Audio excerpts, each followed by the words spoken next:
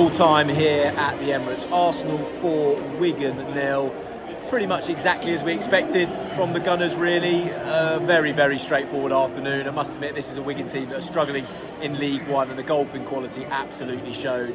In that first half an hour, Arsenal just blew Wigan away, and by that point the game was dead, really. And that's, I think, a good thing for Mikel Arteta's side, given that they go to Wolves on Wednesday night. It was a massive game in the title race. I think to have this game wrapped up and done early on was very, very good for Mikel Arteta. Some good positives out of it, though. I think Emirates Eze really did look more like the Eze we know and can be.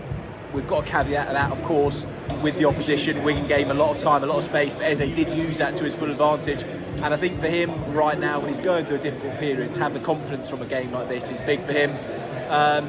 Saka playing in midfield, that was different, that was interesting. That came about obviously because Ricardo Calafiori pulled out of the team in the warm-up. So Lewis Skelly was going to play in midfield, which we haven't seen before really from the off since he played the first team at Arsenal. He had to go back to left back. Saka came in there, and I thought he did well actually. Again, difficult to say with the opposition, but quite nice to see him there, and something different maybe for Arteta to think about in games when Arsenal are chasing and trying something different. Having Saka in those central areas where he gets on the ball a bit more than he does on the wing could be something to look at. But this really was an absolute walk in the park for Arsenal. Good for them in the FA Cup. You know, obviously this was the competition that Arteta won back in 2020, his first trophy with Arsenal.